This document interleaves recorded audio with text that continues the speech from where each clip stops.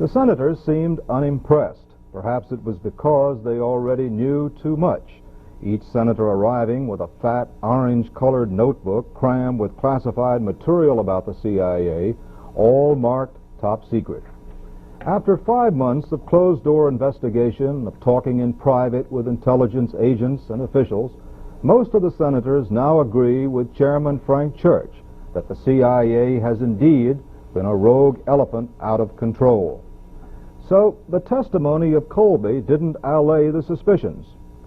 The hearings took place in the historic Senate caucus room, scene of the dramatic Watergate investigation just 2 years ago. The press was back in great numbers today, but not the public.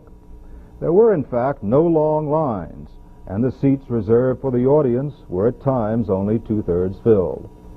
As someone said, after what has happened in this country during the past 2 years, there are no more future shocks. But whether there are shocks or not, today's open hearing did focus major attention on the way the CIA has gone about its business in the United States. The subject today concerns CIA's involvement in the development of bacteriological warfare materials with the Army's biological laboratory at Fort Detrick, CIA's retention of an amount of shellfish toxin, and CIA's use and investigation of various chemicals and drugs. The relationship between the CIA and the Army Biological Laboratory at Fort Detrick as an activity requiring further investigation surfaced in late April of this year. It resulted from information provided by a CIA officer not directly associated with the project in response to my repeated directives that all past activities which might now be considered questionable be brought to the attention of agency management. Information provided by him and by 2 other officers aware of the project indicated that the project at Fort Detrick involved the development of bacteriological warfare agents, some lethal, and associated delivery systems suitable for clandestine use. A search was made for any records or other information available on the project. This search produced information about the basic agreement between the Army and the CIA relating to the project and some limited records covering its activities from its beginning in 1952 to its termination in 1970. In the course of the investigation, CIA's laboratory storage facilities were searched, and about 11 grams, a little less than half an ounce, of shellfish toxin and 8 milligrams of cobra venom were discovered in a little-used, vaulted storeroom in an agency building. A major early requirement of the agency was to find a replacement for the standard cyanide L pill issued to agents in hazardous situations during World War II. This was the basis on which eventually we discovered the shellfish toxin. The only application of this toxin was in the U-2 flight over the USSR in May 1960, during which Gary Powers carried such a device concealed in a silver dollar. In the Powers case, the grooves of the drill were filled with shellfish toxin. He obviously did not use it and was not instructed to do so. It was offered to him to provide him with an option. The Powers flight was the only time we are aware that the toxin was provided for operational use, although the L pill was made available for earlier flights. The primary agency interest was in the development of dissemination devices to be used with standard chemicals off the shelf. Various dissemination devices, such as a fountain pen dart launcher and an engine head bolt designed to release when heated, appeared to be peculiarly suited for clandestine use. Available records do not indicate that all specific items were developed exclusively for the CIA, as work on similar devices was also done for the Army. At the time the toxin was found, the officer responsible for the project in 1970 stated that he had no recollection as to how it got there. On the 30th of June, discussions were held with a retired agency officer who had provided the initial lead. This man, who had been the GS-15 branch chief in 1970, stated that the toxin had in fact been moved from Fort Detrick and stored in the laboratory. This was done on the basis of his own decision after conversations with the responsible project officer. He further stated that he made this decision based on the fact that the cost and difficulty of isolating the shellfish toxin were so great that it simply made no sense to destroy it, particularly when there would be no future source of such toxin. The current branch chief believes this explanation is correct, but still does not recall the actual act of receiving the material from Fort Detrick. Both of these middle-grade officers agree that no one, including their immediate superior, was told of the retention of the shellfish toxin. If that amount of shellfish toxin were administered orally, which is one of the least efficient ways for administering it in terms of its lethality, that quantity was sufficient to kill at least 14,000 people.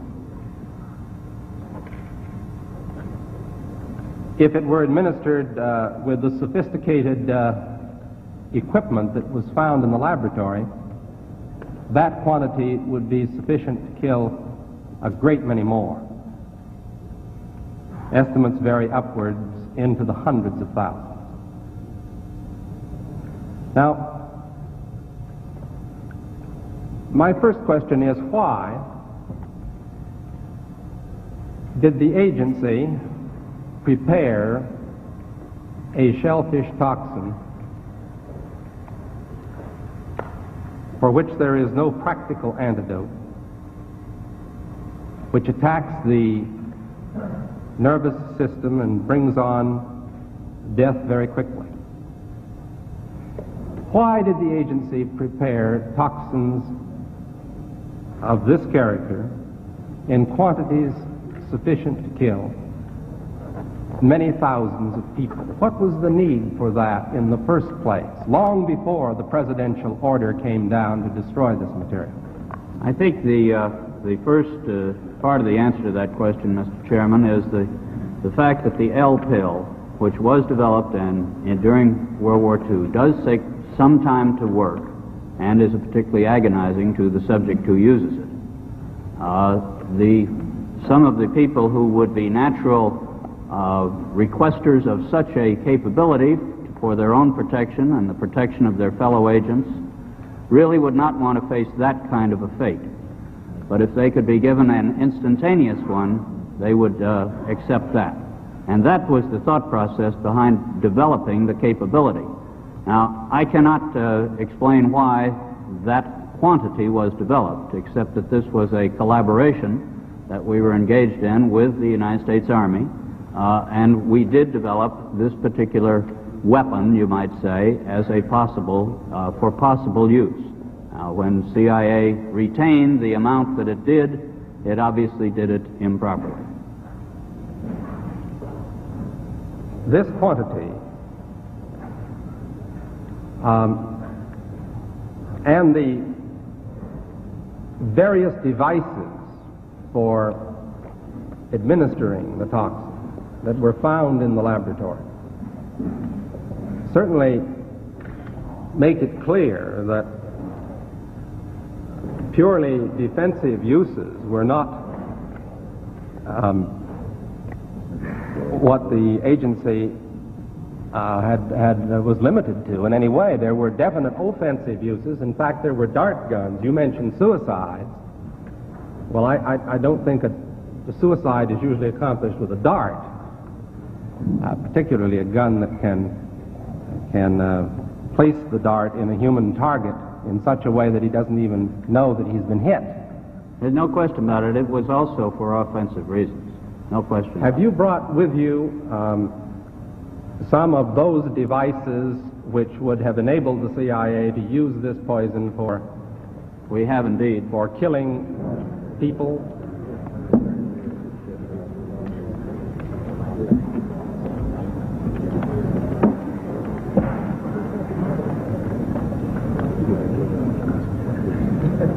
Don't point it at me. I wonder if Can you roll that over?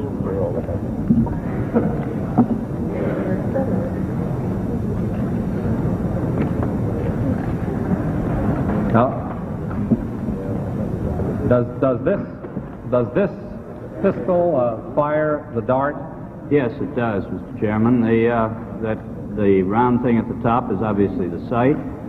The rest of it is what is practically a normal 45, although it's special. However, it works by electricity. There's a battery in the handle, and it fires a small dart. So that when it fires silently? Almost silently, yes. Very little. What range does it have? 100 meters. 100 meters, I believe, about 100 yards, 100 meters. About 100 meters range. Right. And the dart itself, when it strikes the target, does the target know that he's been hit and about to die?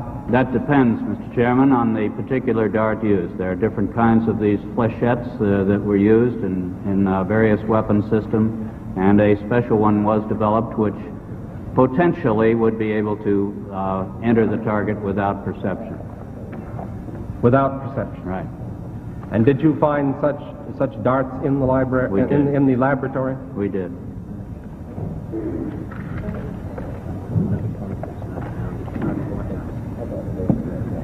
Yes. Isn't it true, too, that the effort not only involved designing a gun that could strike a human target without knowledge of the person who'd been struck, but also the toxin itself would not appear in the autopsy? Well, there was an attempt. Or the dart? Yes, so that there was no way of perceiving that the target was hit. As a murder instrument, that's about as efficient as you can get, isn't it?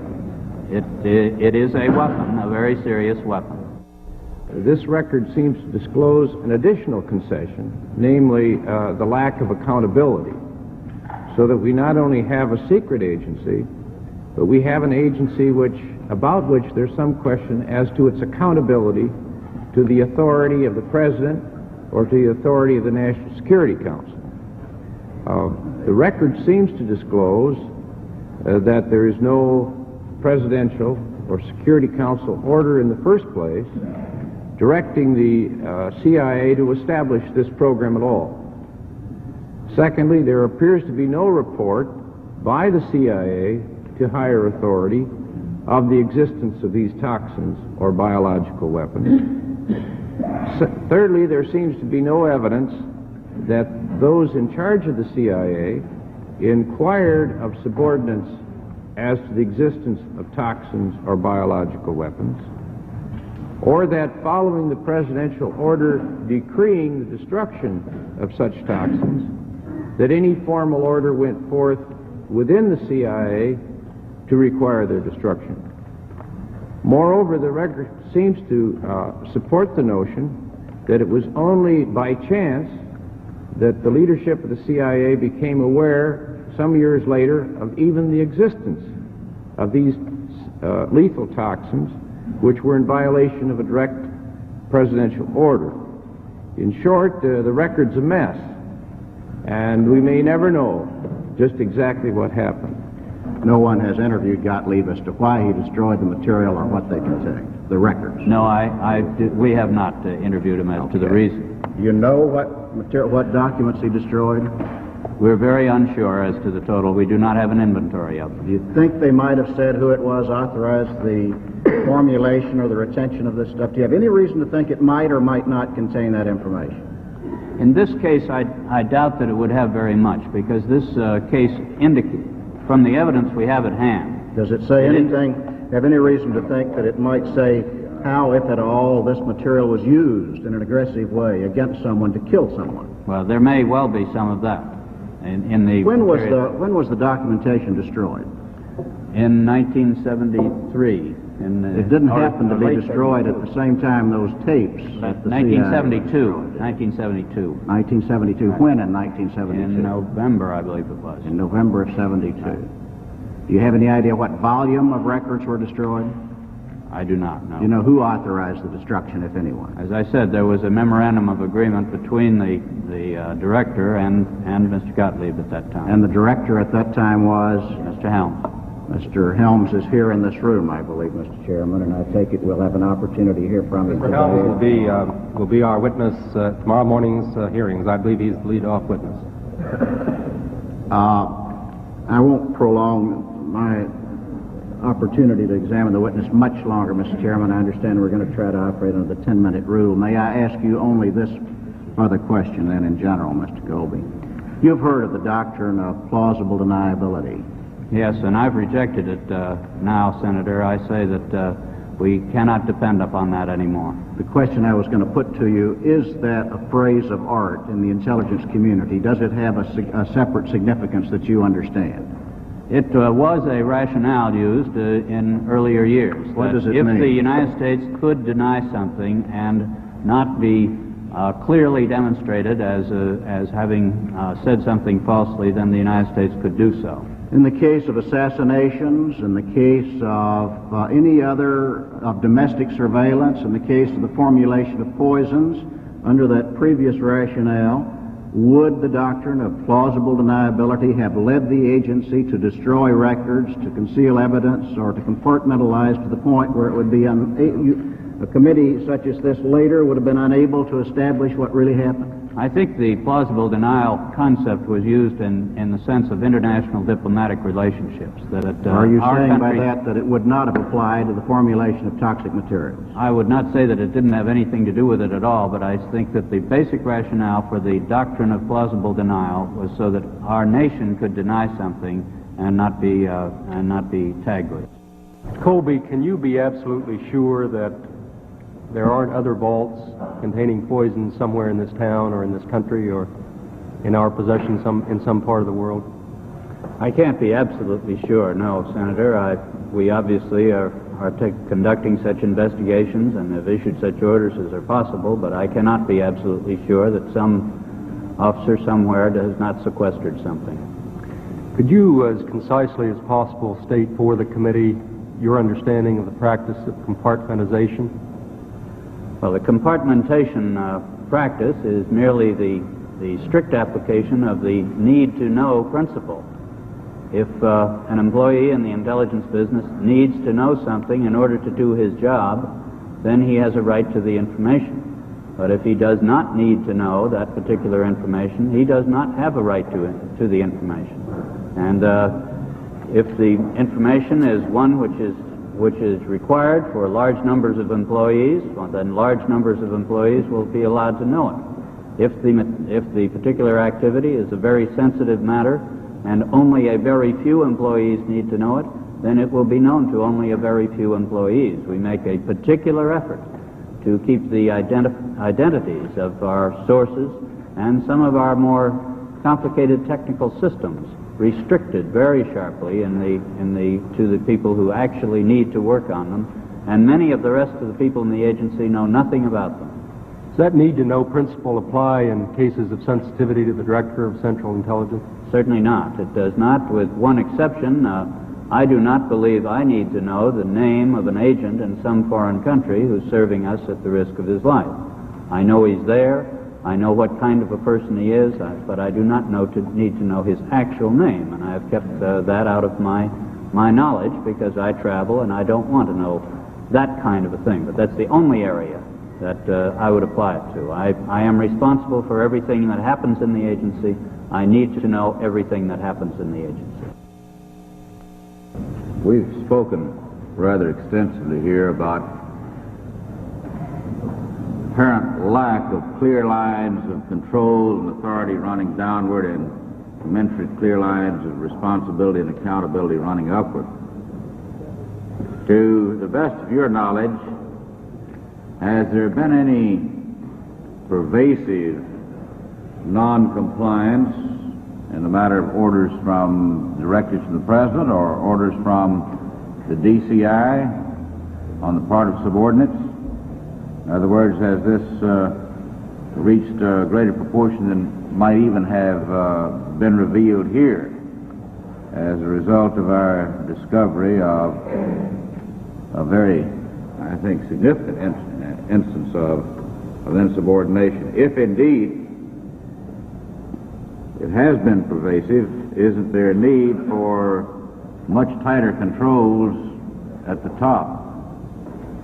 Senator Tower, I believe that we have in CIA a very tight discipline. I'm not saying it's total, obviously. It did not work in this case. But I think with the people scattered around the world doing very sensitive work, doing highly compartmented work, there has been indeed a very high sense of discipline in the organization and a high sense of compliance to the regulations and the rules and the directives of the organization. And I think that the leadership of the organization has always felt very much subject to direct presidential control and responsive to it. So you would say actually that this incident is an exception to the rule, that ordinarily the discipline has been good, that the control has worked and the accountability has worked in the way that it should according to proper cardinals of good administration. In the business in which we are in, the intelligence and covert operations, I think there have been very few cases in which the agency has or its employees have done something that they should not have. And in many of the cases which we now question, we find that those activities were approved by the appropriate authorities at that time, that the sense of discipline within the organization seemed to be quite tight. Senator Goldwater. Thank you, Mr. Chairman. I only have one question, Mr. Colby, but I have a short statement I'd like to make to you. Criticism and analysis are important ingredients in making our democracy work. However, we are now approaching the point where both are being abused to the point of self-destruction. I submit we must get out of the morass of doubt and pessimism into which we have sunk. We must not let the quarrels of the past interfere with building for the future. A tidal wave of criticism has swept over the intelligence community of our country, much of which is mistaken or unwarranted. The damage is severe. If continued, its survival is uncertain. Before this committee have appeared men of the CIA, both on active duty and retired. All have been impressive because of their dedication and loyalty. Nothing we have heard detracts from the reputation of the CIA as a highly competent organization. The men and women of the CIA are doing a great job under very trying conditions. And I say to them, as our nation gets back on course, I believe there will be change for the better, and ask you to hold on until that happens. You are never more needed by this country than right now, and as one American, I'm proud of you.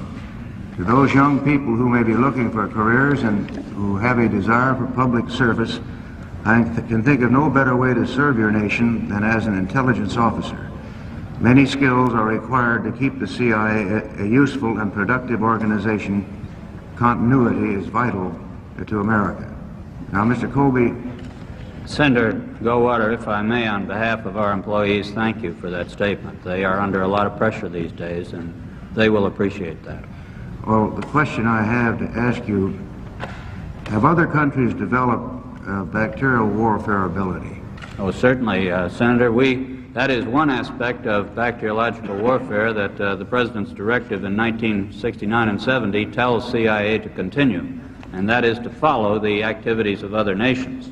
That we will see the capabilities and activities of other nations in this field. And we have some officers who do follow these activities abroad, and they are quite general. There are some very dubious areas where we're just not sure of what the actual capabilities are in some respects. But we do follow it indeed, and there is extensive effort done by other nations in this line. But you are now prevented from... No, we can follow the foreign ones. There is no problem with that. But can you do anything to offset them? Well, I think the defense against those possible things is a matter for the Department of Defense, Senator.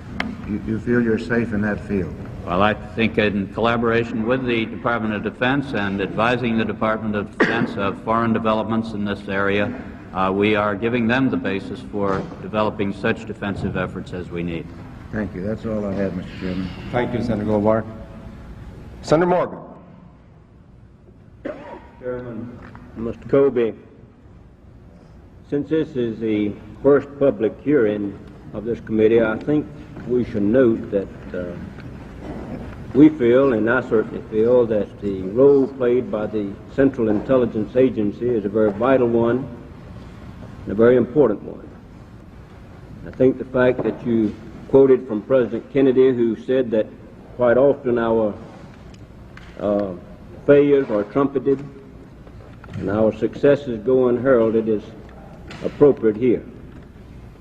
This committee has been told by witnesses that had the Central Intelligence Agency existed prior to World War II, Pearl Harbor might never have happened, or if it had happened, the loss of and deaths and property might have been much less. So I want you to know that we do recognize the role of the Central Intelligence Agency. We recognize the fact that we in this country must be able to know in advance what our potential adversaries and potential enemies may be planning so that we can cope with them. So I do think that it is important. I believe, Mr. Colby, most of the questions have been asked, except that earlier the reference was made to the presidential order, and we alluded to what was, in fact, I think, the press release concerning the presidential order. But as I read the presidential order, I find that this statement, the United States bacteriological and biological programs will be confined to research and development for defensive purposes, immunization, safety measures, etc. This does not preclude research into those offensive aspects of bacteriological, biological agents necessary to determine what defensive measures are required. Now, earlier you stated you thought it might have been the mentality of those who made the decision to keep these toxins, that they might be needed in order to develop defensive weapons. Do you think, if that was their thinking, that it would be in keeping with the presidential order as I just read it to you? Well, we looked at that. I think that you might be able to make a case for that, Senator, if you were actively involved and had responsibilities for these defensive measures. But as I think the chairman pointed out, the quantities maintained by CIA are difficult to defend under that directive. What was your position with the CIA at that time, Mr. Colby? In 1970, I was on detached service. I was assigned to the Department of State in Vietnam. Then you had nothing to do with retaining these toxins? No, I had nothing. And you knew nothing about them until you made the until we discovered it this in May. I would commend you, Mr. Colby, again for taking these steps to determine what has happened. I think most men in the CIA, as well as those in the Internal Revenue Service and the Federal Bureau of Investigation, are dedicated public officials and want to do what is right. And I think your method of asking for any known violations has been helpful to this committee, and I would commend it, Mr. Chairman, to the Internal Revenue Service, to the end that they might ask their field agents if they know of known violations in this area, and I would commend it also to the Director of the Federal Bureau of Investigation. Senator Goldwater mentioned, and I believe the presidential order directed the CIA to continue to maintain surveillance of the bacteriological and biological warfare capabilities of other states. You say you have done that. We do so, yes, Senator. Are you in a position to tell this committee whether or not other states, and especially potential adversaries or enemies, now have stockpiles of such toxins? I don't think I can say much about stockpiles, but I do know that there are installations which appear to us to be experimental stations of some sort. Thank you, Mr. Colby. In the chemical field, certainly there are stockpiles. We are aware of that also. Thank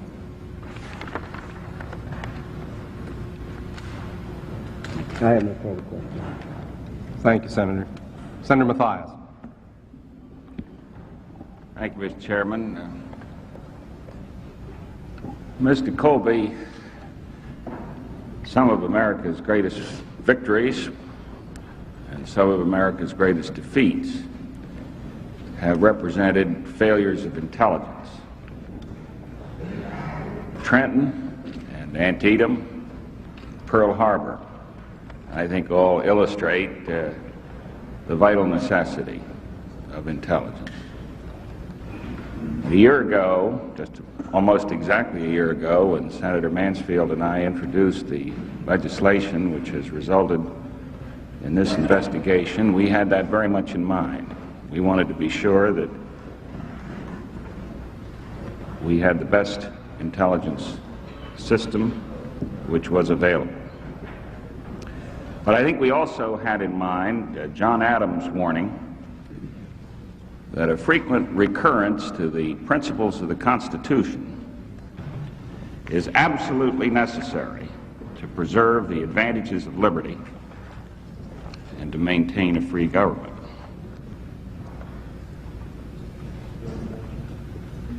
I think the discovery of this toxin raises some interesting questions which are within the purview of this investigation and which I think have to be answered before this committee completes its work and makes its recommendations to the Congress. For example, I accept your statement that this toxin was never used, except in the one instance that you've described. But I then have to ask you this. If you had used the toxin, what provision of the Constitution would have afforded authority to do so? Well, I think CIA's operations are certainly overseas operations. They fall under the National Security Act of 1947, and they fall consequently under the provisions of the Constitution that call for the national defense and the foreign relations of the United States. But the use of a toxin of this sort is, of course, a use of force, wouldn't you agree? It's a weapon. It's a weapon. Yes. It's a use of force. And normally, if force is to be employed against another nation, congressional approval is required. Isn't that true? Well, I think we're now in the midst of the War Powers Act, Senator, and this activity, of course, preceded that. Yes, it did precede it. But what occurs to me here is that we have an illustration of the use of force in the relations of the United States with other powers in the world, or at least the potential use of force. It's, as you say, it's never been used in this instance, which differs only in degree from covert operations in Laos or other examples that we could think of. And so it seems to me that the discovery of this toxin raises very fundamental questions about the relationship to the covert activities of any intelligence agency, be it the CIA or the FBI or others, with the constitutional process by which this government is conducted. And I would think, Mr. Chairman, that there is no responsibility greater upon us than to define that relationship as accurately as possible before the close of these hearings.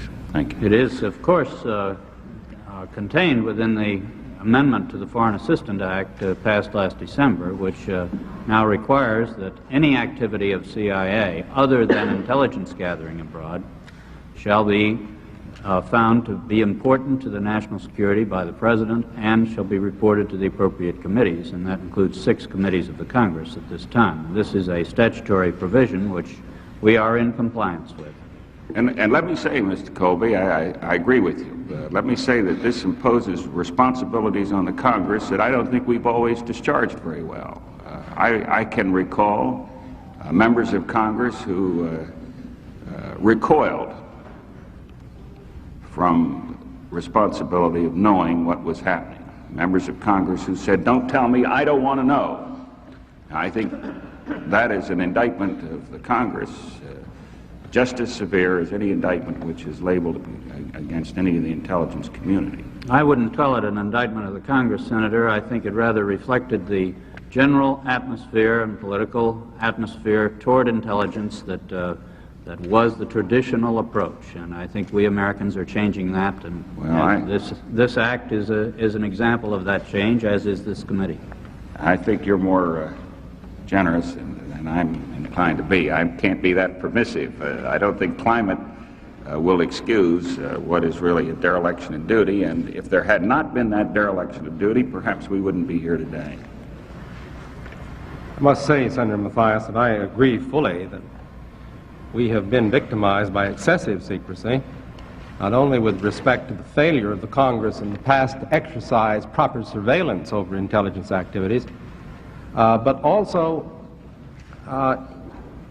excessive secrecy has created this kind of mischief within the executive branch. Here we have a case where the very methods of secrecy concealed for 5 years an act of insubordination within the CIA that came to light only by the happenstance that Mr. Colby, the present director, asked the agency if they please wouldn't tell him what's been going on that's wrong.